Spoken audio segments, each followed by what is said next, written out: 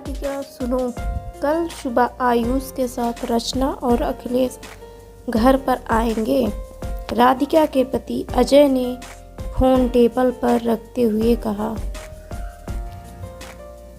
गिलास में पानी भरती राधिका ने आश्चर्य से पूछा, क्या क्या कहा आपने? रचना और जीजा जी घर आ रहे हैं। हम अभी का फोन था, अजय ने कहा। इतना सुनते ही राधिका के हाथ से पानी भरा गिलास छूट गया।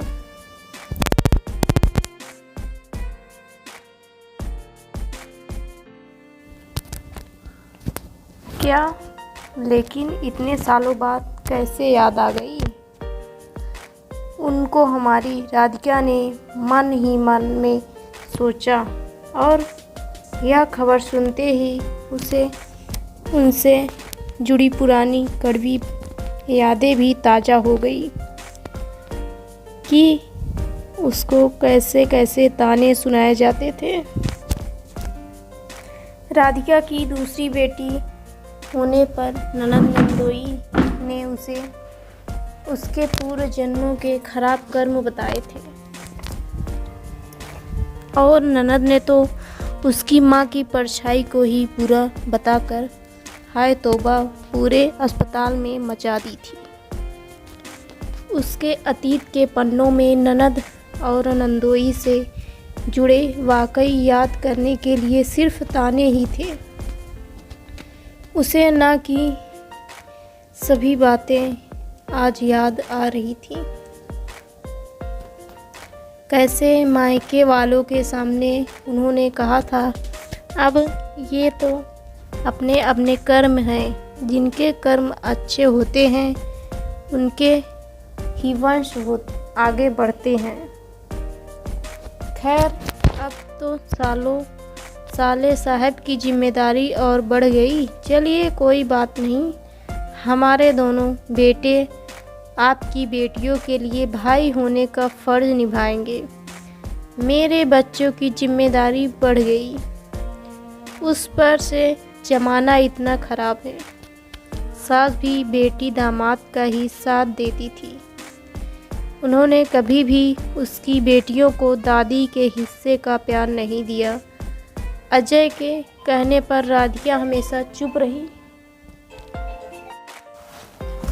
अजय हमेशा उससे एक ही बात कहता, राधिका, कुछ बातों का जवाब समय दे तो ज़्यादा बेहतर होता है।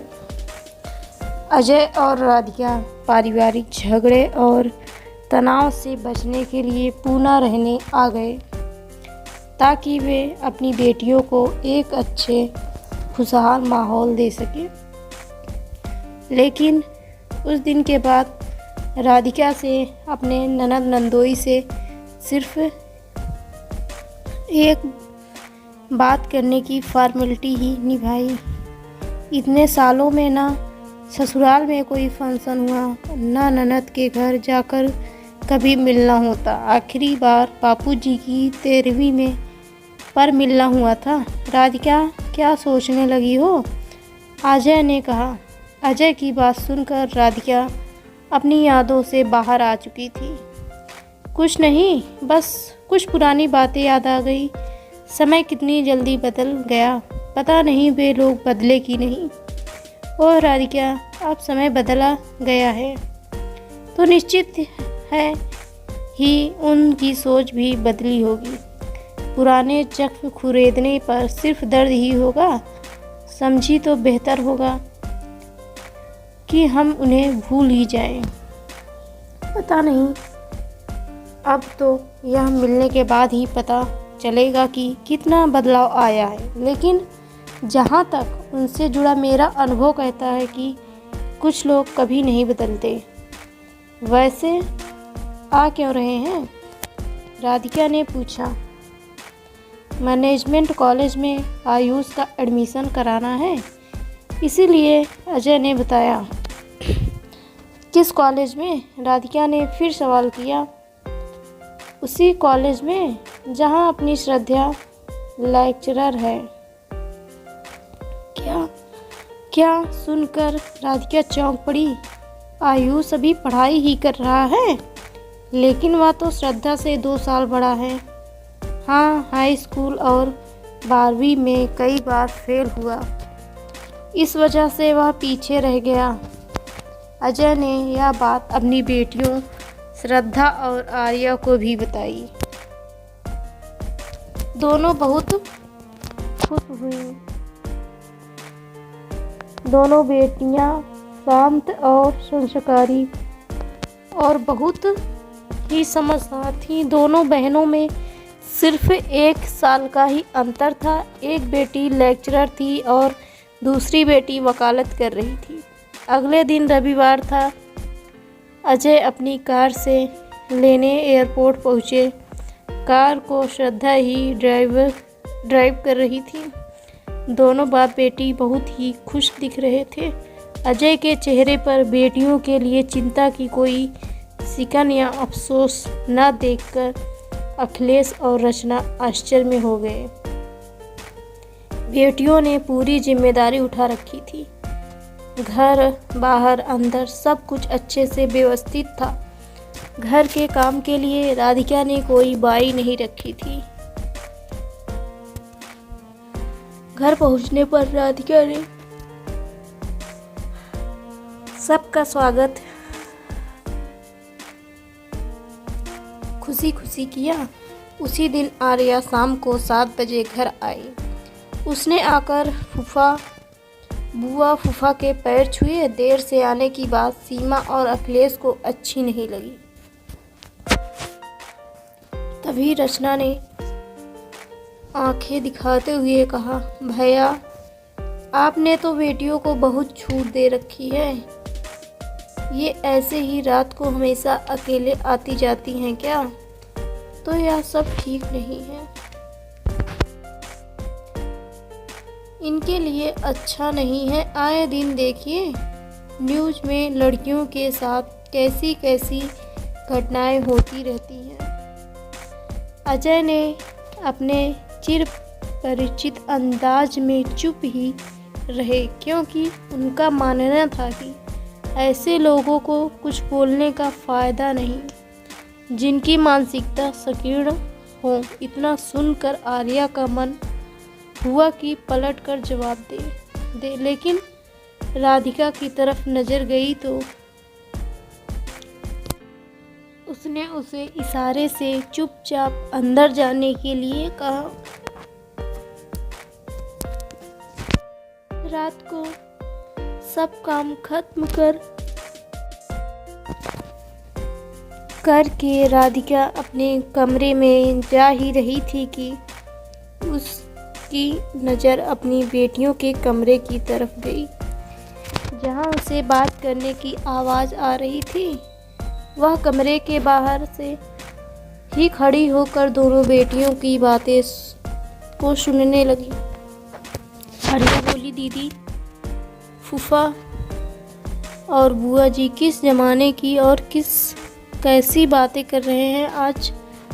तो मुझे उनकी बातें सुनकर बहुत गुस्सा आया। मन तो हुआ कि पलट कर जवाब दे, लेकिन माँ की वजह से चुप हो गई। मुझे तो लगा था कि वे पापा की बहन है तो उनकी ही तरह अच्छे विचारों की होंगी। श्रद्धा ने कहा, तो क्यों इतना अपने दिमाग पर जोर दे रही है? कौन सा वे हमारे साथ रहने वाले हैं? हमें क्या मतलब उनके विचारों से? कुछ ही दिनों की बात है बस। वैसे भी मम्मी पापा कहते हैं ना कि मेहमान का अपमान कभी नहीं करना चाहिए। इधर आयुष फेसबुक और व्हाट्सएप पर अपने स्टेटस अपडेट करने में व्यस्त था। दोपहर में राधिका अपने ननद नंदोई को कमरे से दोपहर के खाने के लिए बुलाने गई, जहां उसे अपने ननद नंदोई को बात करते सुना। चलो अब हमारी टेंशन ख़त्म। आयुष को अब आराम से खाना और कपड़े प्रेस करके सब मिल जाएंगे। हॉस्टल में रहता तो हमारी चिंता और खर्चा दोनों बनी और बढ़ी रहती। उसी दिन रात के खाने पर अपनी आदत से मजबूर अखिलेश ने कहा, देखिए अजय, हमने तो आपकी बहन से कहा कि आयुष को हॉस्टल में रख देते हैं, लेकिन आपकी बहन जी हमारे पीछे ही पड़ गई। कह रही हैं नहीं, आखिर आयुष का भी कुछ फर्ज है अपनी बहनों के लिए। अब भाई की उम्र थोड़ी ना रही जो हर जगह बेटियों के साथ आ जा सके, तो इसी बहाने भैया भाभी की मदद हो जाएगी और बेटियों की सुरक्षा मिल जाएगी। आखिर भाई का कोई बेटा होता तो हमें यह सब ना सोचना होता। क्यों भाभी जी, सही कहा ना मैंने? आखिर आप बेटियों की माँ हैं तो आपको बेहतर पता होगा। एक तरफ ननद नंदोई की व्यंग्यात्मक मुस्कान तो वहीं दूसरी तरफ राधिका ने खीर परोसते हुए दोनों बेटियों की तरफ देखा।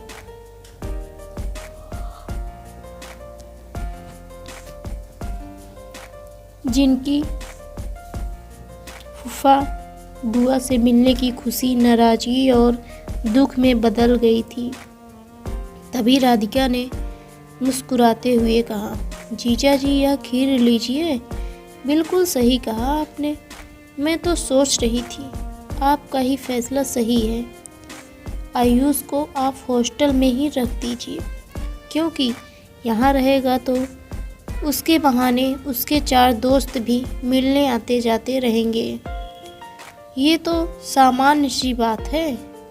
अब ना तो हम ना ही बेचारा आयुष उन्हें घर आने से मना भी नहीं कर सकते, क्योंकि अच्छा नहीं लगेगा। दोस्तों को यूँ मना करते क्यों आयुष बेटा, सही कह रही हूँ ना मैं?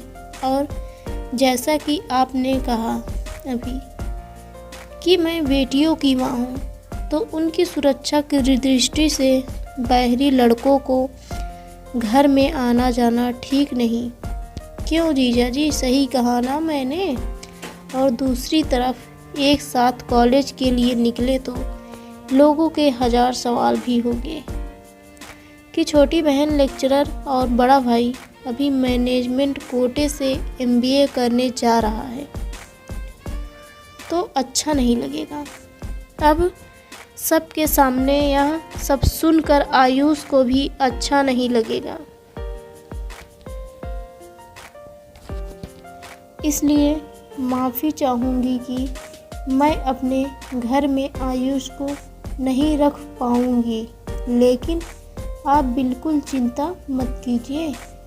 जब भी उसको कोई मदद चाहिए होगी हम सब ज़रूर कर देंगे। तो आप कल ही हॉस्टल जाकर देख लीजिए, चाहे तो श्रद्धा आपके साथ चली जाएगी। अनजान शहर में आपकी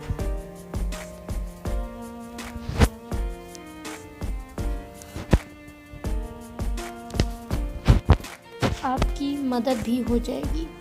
ठीक है ना बेटा? अपनी माँ के मुंह से इस तरह का मीठा प्रहार सुनकर दोनों बेटियों के चेहरे पर खुशी छा गई। राधिका अच्छी तरह जानती थी कि उन लोगों को उसकी बेटियों से ज़्यादा अपने बेटे की चिंता थी कि कहीं उनका बेटा शहर की चमक धमक में बिगड़ ना जाए या रैगिंग वगैरह का शिकार ना हो जाए। लेकिन यह बात स्वीकार कैसे करते? उनका अहम जो बीच में आड़े आ रहा था।